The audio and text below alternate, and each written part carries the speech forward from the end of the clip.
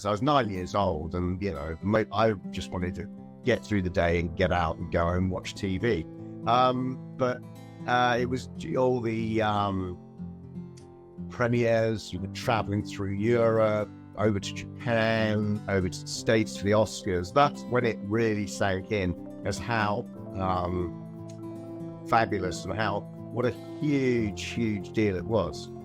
Well, Mark Lester, when you think about your showbiz career, you start in TV commercials, I think when you're like 2.5, 3. Yes, my first commercial, from what I understand, was with my dad, and he was doing a fairy liquid commercial, and they needed a child to be in it. And I was sort of round the back or something in the pushchair.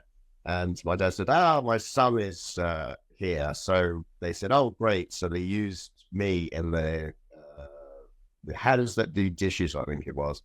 And for some reason, they had a male spin on it, him doing the dishes. So it's quite progressive, even for those days. You made your screen debut, I think you were around about 6, with the late, great Diana Dors. What are your memories of working with Britain's kind of like original silver screen sex bomb? I think I remember seeing her sort of swan onto the set, all very glamorous. And but it was all a bit sort of over my head because I wasn't really quite used to all this. And but yeah, fond memories. And then you appeared on TV's Danger Man with the wonderful Patrick McGowan, who was secret agent John Drake, as I recall. Yes, Patrick was lovely, actually, because I was a big fan of the show anyway, and then I got the chance to actually be in it. And met him. He was lovely. I don't think I actually even had a speaking part, but I think it was me and 2 boys who broke into some sort of weird nuclear experiment, and Patrick had to rescue us or likes. But charming man. I loved him, and I loved, Danger Man, The Prisoner, all that great stuff that was very, very ahead of its time back in the day. But then along comes a role that I guess would change your life forever, the movie Oliver. Oh, absolutely. That was phenomenal. I mean, I had done quite a long haul with a film called Our Mother's House before that. So I was used to being on set for, I think it took us 3 months to do it. But Oliver was completely different. It was a year project, 3 months of rehearsals and 9 months of shooting. Absolutely incredible. Could not be done again today. It just would not be financially viable to do it. How old were you when you landed the role of Oliver Twist? I was 8 years old. I had my 9th birthday on the movie. I hope they treated you with a fabulous, indulgent cake of some sort. They did. In fact, I still have the birthday card that they all signed to me. It's massive. It's about 4 foot by 3 foot, and everyone signed it. And it's sitting in my attic somewhere. So I get it out from time to time to have a look at it. It's a bit sort of bit folded at the edges, but it's a great reminder. And they were very kind to me, and they made sure I had a great day. You essentially landed that role because you had this really stinking bad haircut. Is that right? Yeah, well, that's part of it. When we were auditioning, it got down to the final 3 boys, and we were at the Grosvenor House Hotel in London on Park Lane. Yes. And Carol Reed said, right, we need to cut your hair. And I was, okay. So they sent for the barber of the Grosvenor House Hotel. It's a massive hotel. And they said to this barber, right, brought him into the room and said, right, I want you to cut these boys' hair, and I want you to cut it really badly. And the barber's like, well, I don't do that. I only cut hair well. Anyway, he was given his task, and I guess my hair must have been cut so badly that I got the job. Of course, Oliver is a movie musical, and you're not really renowned for your singing. So, Mark, who was it that provided that incredibly angelic voice of yours? Well, I did actually do a little bit of the singing, but in the mid-range. So John Green's daughter, I believe, was used to hit the high notes. So the notes I couldn't hit. Because I listened to it from time to time and especially Where Is Love, I can hear myself in it, but I'm not doing the high notes because I couldn't get that pitch. So they kind of overdubbed me with her. It won 6 Academy Awards. It was praised all over the world. How exciting was it to be in a movie garnering such overwhelming international praise? I really didn't think anything of it until after we finished the film.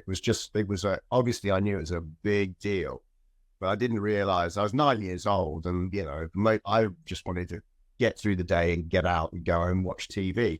But it was all the premieres, traveling through Europe, over to Japan, over to the States for the Oscars. That's when it really sank in as how fabulous and what a huge deal it was. Tell me what it was like working with the great Ron Moody. I mean, you think about a Fagin, nobody could be more perfect. Yeah, Ron really nailed that role. I don't think anyone has ever succeeded in bettering that. Ron was like your favorite uncle. He was fun. He was caring. He was nurturing. He was just an all-round good guy. He was a very, very sweet man, and I knew him all the way up until his sad death 3 or 4 years ago, and I went to his funeral. In fact, the last thing we did together was we went to Chicago to do a Hollywood show, and we did some signings there. And I was so pleased that I went with Ron. The two of us went over and met Shelley Winters over there in Chicago. We just spent a week together, and they're more elderly, but Shelley's actually amazingly youthful for her age. And it was just good to hang around and chill out and have the show. And all the people who came to get autographs, etc., were very appreciative of us being there. I take it you and Shani are still very much in touch. Yeah, I mean, I don't speak to her every day, but we email each other from time to time, and she's doing well. She's doing well. Her husband died a while back, so I think that kind of knocked her a bit, but is absolutely incredible. And speaking of absolutely impeccable casting, hell-raising Oliver Reed as the villainous of it.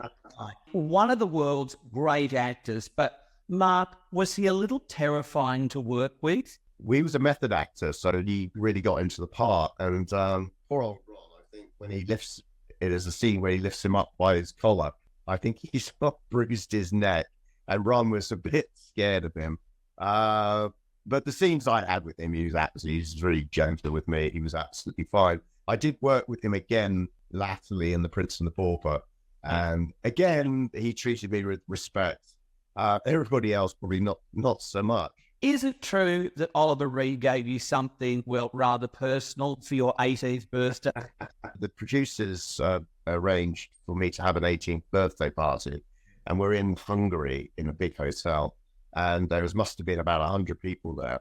And my girlfriend included is sitting next to me. And Ollie Reed just bumbles in. He was completely drunk. And he had this sort of lady prostitute. And she was on his arm. And he sort of threw the doors open and entered. And this poor woman was like horrified when she didn't know what was going on. Anyway, she fled, and then Ollie decided that he was going to sing a song, and he got up on the table and started singing, and then he fell off the table, and I think he knocked over 3 or 4 plates of food on top of him, and then I think he laid on the floor for the rest of the time, just comatose. Alcoholism defeated him, and I think it was back in 1999 he was making Gladiator with Russell Crowe. Yep. When he passed away. Gladiator was a brilliant film. I mean, you're Russell Crowe. Wow, great actor. Ollie Reed, good combination because they're both pretty similar characters. And for Ollie to die, it was very, very sad. I mean, I think it was a great loss to the industry, great loss to everyone, his family, of course, as well. Did you see anything about the man? Was he kind of a very shy man? Did he keep to himself? He was very, very quiet. during when we were filming, he was always sober, never drank at all. It was only when he wasn't working it became a liability. But during the course of the day when we were working, he would go to his caravan, he would sit, he would read. He was always word perfect. Very, very shy, I would say. But the demon Booze, Jekyll and Hyde character, Yes, completely became somebody else. And I think probably people used to encourage Ollie to drink because it was more fun. I remember he did one TV show here. It was Parkinson or asthma or something, where they actually gave him a whole liter of vodka before he went on, and they knew what was going to happen. And it just, for some reason, it was like car crash TV, and that's, they obviously the producers thought that's what they want to see. the great Harry Seacombe as Mr. Bumble, larger than life comedy king, of course. Tell me that wonderful story about the fake ear. So Harry is a great, as you say, huge character, very large man, larger than life, wonderful man. Anyway, I think it was either his birthday or there was some special occasion. Anyway, during the when I go up and ask for more, then Harry has to parade me around the room. They catch me after running away, and he has to parade me around the room and find my ear. So the makeup department were going to play a joke on Harry. So they made this sort of false plastic ear that went over the top of my own ear. It's very realistic. And so Harry grabs my ear, and then the whole thing comes off in his hand. And Carol, of course, all the camera crew and the director were aware of this. And he just got this look on his face of sheer terror, thinking that he'd pulled my ear off. Anyway, obviously within a few seconds, he realized it was a joke, but it was just a wonderful moment. That scene is iconic between you and he when you say, "Please, sir, I want some more," holding the bowl out. And it's the way he intones more. I mean, it's almost rafter rattling, isn't it? Oh, yeah. Well, he's an opera singer, was an opera singer. So you had that range of voice. So, yes, absolutely. Incredible power that man had in his voice. You think of the wonderful songs that have come from Oliver, obviously the stage musical and the movie we love so much, As Long As, He Needs Me, Pick a Pocket or Two is another one, Consider Yourself. I mean, just a wonderful repertoire. I think, about 12, 13, 14 songs in the soundtrack, all so memorable. Yes, there's not very many musicals. I mean, most musicals have one or two. Don't standout songs, but yeah, there was pretty much every song was good in its own right, which is unusual. Jack Wilde as the Artful Dodger. You and Jack became really great mates, didn't you? Yeah, Jack and I hang out together. I was at his wedding. I did go to his second wedding. Don't think so. I went to his first wedding. They had a beautiful house just outside London. We used to go and play Cowboys and Indians, which was really stupid thing at the time. But we had these air rifles. I actually got out how we didn't lose an eye or something. We would shoot at each other. We had groups of 5 or 6 guys, and we'd go hiding in these gardens, which were huge. And then we would basically ambush each other and just fire and do all sorts of stupid things. And as kids do. But yeah, Jack was great right up until the end. In fact, a few weeks before he died, he did come up to Cheltenham and he stayed with me. So I saw him then, and of course, he passed away. He was an extremely talented man. He was an extremely funny chap. But I don't know, the booze again, it seems to be a theme here somehow with these actors. I think it's all too easy because an actor's life is most of the time not working. It's just waiting for the phone to ring to get the next job. So that's very, very boring unless you're a writer or producer or you're active in some other way. But just sitting around and waiting, there's a lot of time to kill. And I think it's very easy to go down that slippery slope of just getting up and having a vodka and whatever in the morning. Is this true? You were offered a regular role on TV's The Ghost of Mrs. Muir with the wonderful Hope Lang and Edward Mulder. Yeah, I love working in America. I did a thing for Disney just after I did Oliver, and I spent 3 months out in California working for Disney, and I had free passes to Disneyland, and it was like every kid's dream. It was fabulous. And then I went back. I did a few TV shows over there, and Ghost of Mrs. Muir was one of them. Great fun. Love working in the States. You made a movie too, and I've got to say, it's one of those guilty pleasure movies. Who Flew Auntie Roo with incredibly over the top and wildly eccentric Shelley Winters. Was working with Shelley like?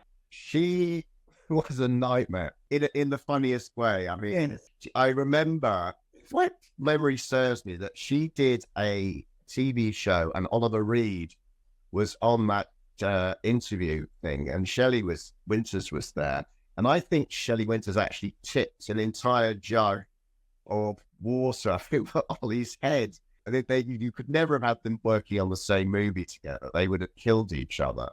But Shelley used to swan into the room, and she had this sort of very loud voice. I mean, you could hear her coming from about 3 miles away.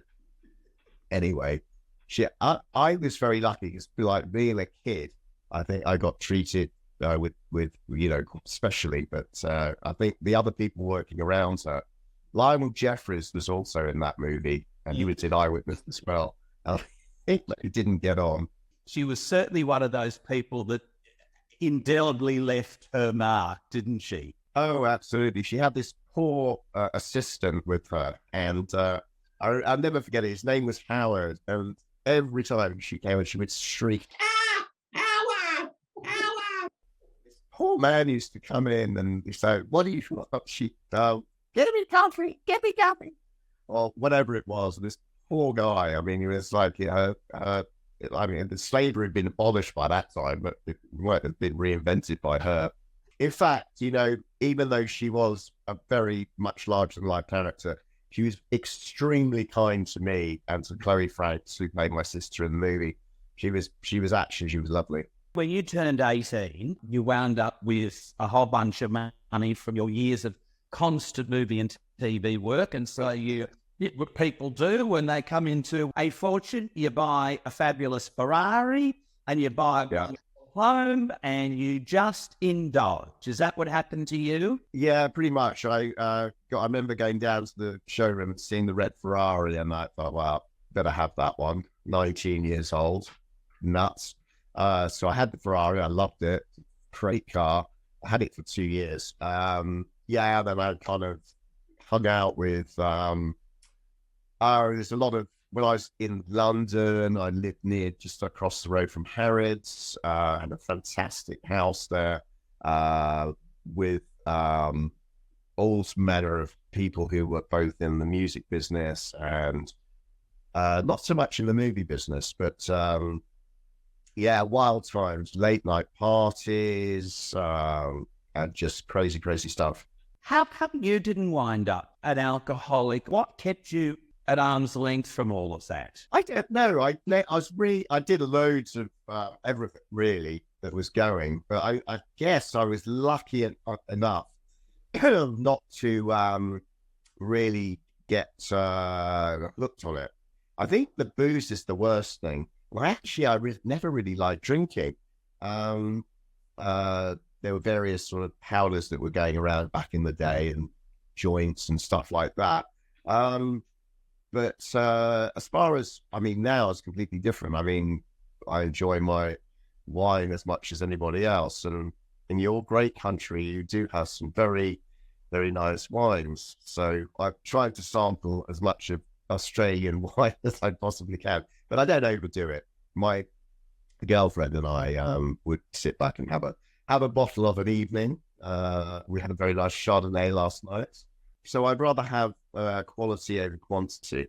And I think it's just a question of not overdoing it. But I think with a lot of what I saw with people in the entertainment business, should we say, out boredom, they're waiting for the next project. And I think it's very easy just to get up in the morning and knock it back. Your friendship with Michael Jackson has been much discussed, of course. You were genuinely great friends. And I think you came to meet because he was a fan of yours as Oliver Twist from the movie Oliver. Is that right? Yeah. I remember I was in my house in London and the phone rang, and it was Michael's manager on the line. He said, Michael Jackson is in town. He was with the Jackson 5 or the Jacksons, whatever they were called then, doing a series of shows. And he said, well, Mike would very much like to meet you. I was like, yeah, okay, well, that's fine. My sister was in the vicinity at the time, and she overheard the conversation, and she was like jumping up and down.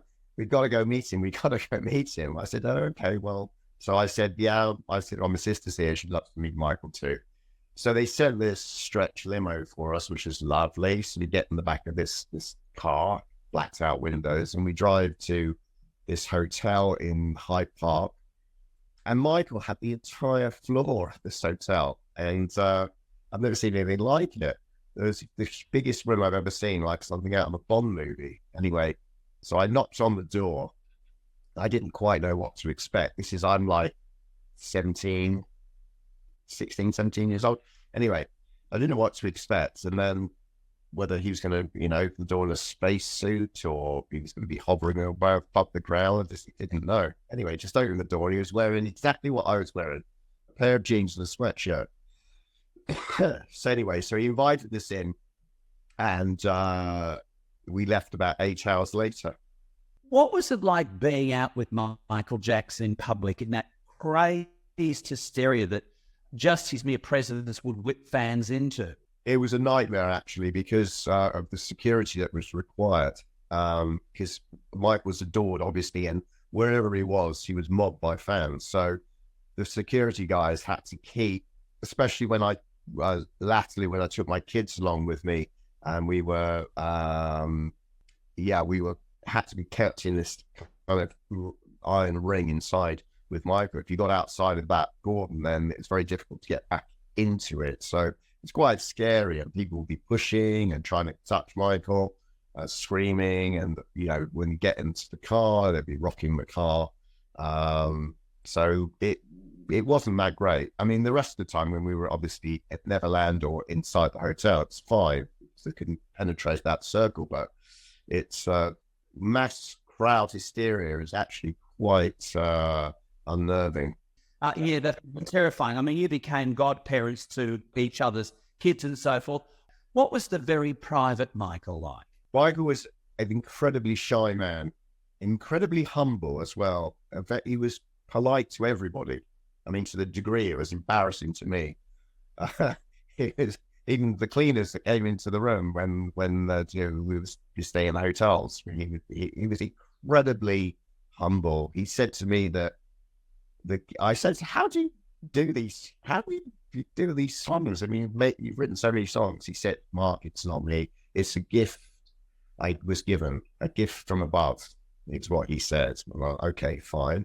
The man, my kids would probably sum it up better. I mean, I remember taking Olivia and Harriet when they were 5 and 6 to Neverland, and we spent a week at the ranch.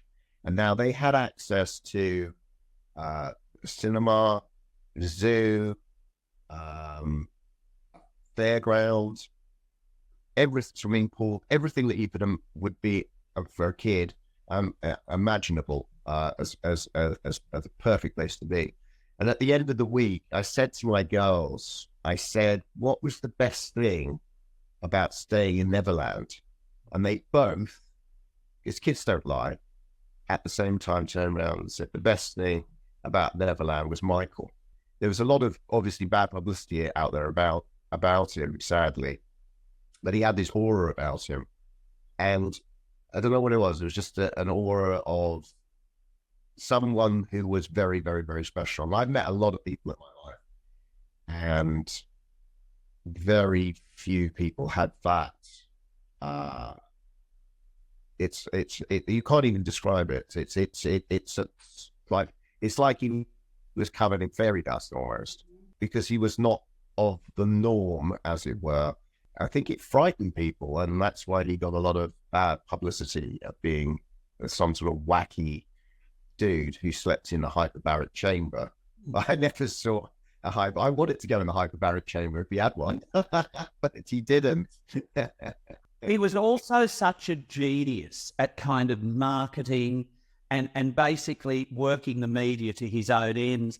And I think he really kind of created a lot of those wacky stories because it kept the world talking about him. When they talked about him, they bought his music. It all just kind of worked like a symphony, didn't it, for a long time? You're absolutely right. You're absolutely spot on, because he said to me one day, I said, why do you wear those like masks sometimes in public?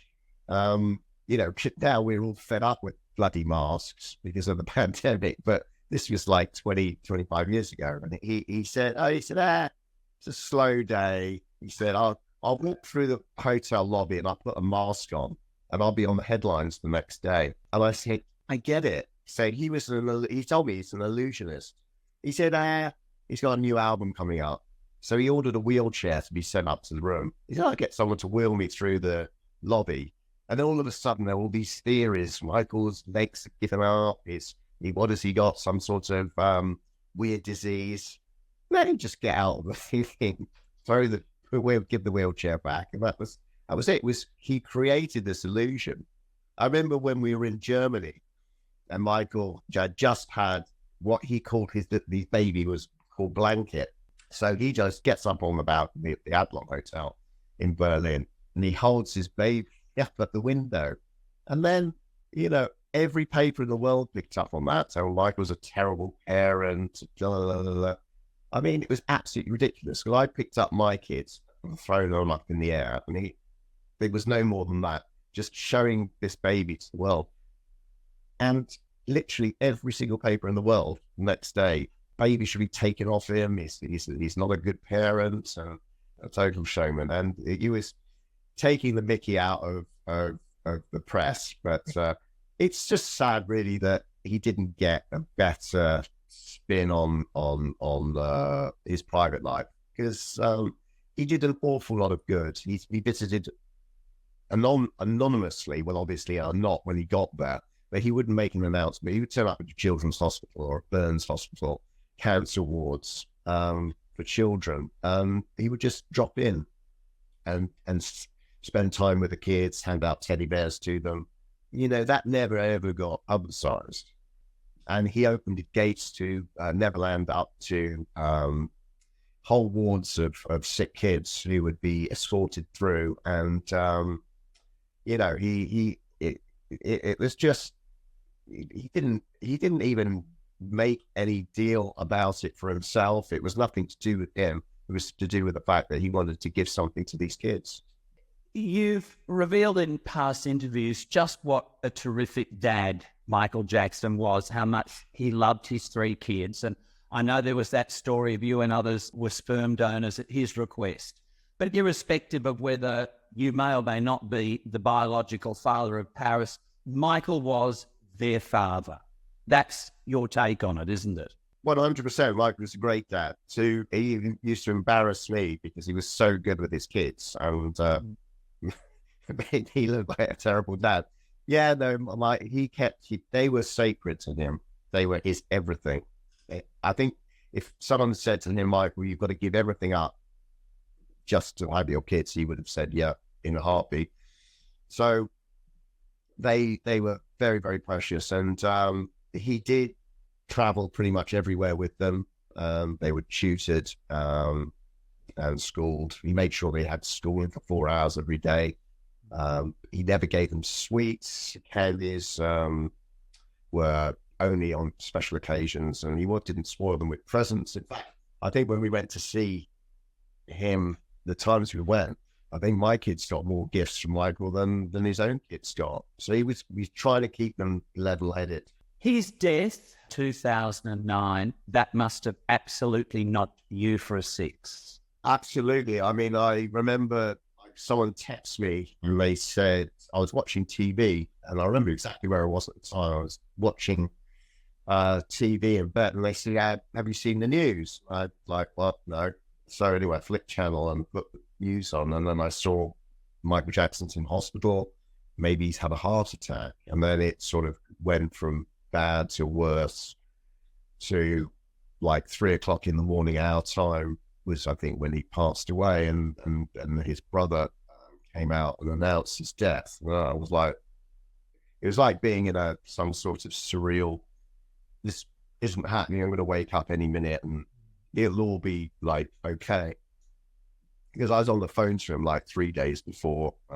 He was going to do this O2 tour. We were all set up for him to come over, and we were going to go and spend some time with him at arranged some huge house just outside London he was going to live in. And my daughter Harriet was going to go up on stage. There was a thing that he was going to do with the Diana song, I think it was.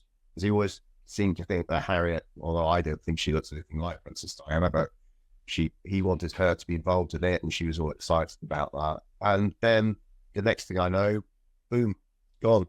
You know, since his passing, there's been so many astonishing stories. You've been party to some of them. That bizarre story that Dr. Conrad Murray put out in his memoir about Michael wanting to marry your daughter. How do you deal with absolute tripe and hogwash like that? Actually, that was true. Yeah. I think Michael, towards the end of his days, with the amount of crap that Conrad Murray was pumping into him, and we did have a very long conversation where Harriet was freaking out. She was literally, I can't even get into this conversation, but he was saying some weird stuff. But I know it was through the drugs that were talking rather than himself, because he, I mean, it wasn't him, and I knew the guy. It was just a sort of I should have known then, actually, that there was something really, really wrong. And I knew deep down but what could I have done? I could have flown over to LA. Then AEG, the organizer of the concert, would have kept me away from him, because obviously he was their property, and they obviously had instructed, this ring to be put around him so that he was able to perform. And it was just the perfect storm of all horrendous stuff, all thrown up at the same time. I read somewhere that you went trick-or-treating with Michael Jackson. Was it in Las Vegas? Is that a true story? That is completely true. We went over for the christening Godfather ceremony, so all my kids were there. So we had this huge stretch limo. We went on the outskirts of Las Vegas to some area, and it was Halloween night. Michael loves Halloween, so he had all the kids, my kids, his kids there, and Michael, we stopped the car, and he gets out, and he knocks on the door randomly, and this woman answers it, and she has 2 young children there, and then she sort of opens it in disbelief and calls to her husband and says, Murray, there's a guy here who's impersonating Michael Jackson. And they refused to believe that was Michael. I think it was only when they saw the limo that they were like, oh my God, it's the most funniest thing ever. Michael, it's so funny. Look, you quit acting years ago and went on to become a black belt in karate, and you are now one of Britain's top osteopaths. What kind of got you into joints and arthritic bits and pieces and bad backs? How did you fall into that realm? It's through doing the karate that and various competitions and seeing people getting injured. I thought, well, no one really knew how to deal with someone who had a broken arm or a broken nose or whatever. And I thought, oh, okay, I'll look into doing something sports injuries related, and that's what got me into osteopathy. Do you miss acting a bit? I mean, I did a little small thing for a friend of mine 3-4 years ago. He was putting something together, and I did a couple of days laughing about. Really, it's just play acting. It's fun. Do I miss it? I don't miss the early morning calls, sitting around waiting forever to do your bits, which is mostly acting. It's about movie acting is sitting around waiting for your next bit. Very, very boring. TV is different because it's you have to knock it out quite much more quickly. Theatre acting again is more exhilarating because you're live. But movie acting is generally quite boring. Do I miss it? I mean, if the right opportunity came up, yeah, I'd probably do it for a bit of fun. You've had the most fascinating showbiz life. Any chance of a memoir? Well, there was talk about doing something a couple of years ago, but I kind of lost interest, and I didn't really think anyone would be that interested in reading it. So, but you know, having thought about it and actually sat down with someone and we've mulled over it, there is a lot of information there. Yeah, maybe one day. I don't know. I don't know, maybe. Mark, it's been really joyful chatting with you. And with you as well. It's been a pleasure. Thank you. Here we go. Well, if you love that chat, you know what you need to do. Hit that subscribe button, and also don't forget to hit your notifications. That way, you'll be alerted when a new interview drops, a new celebrity drop. Catch you next time.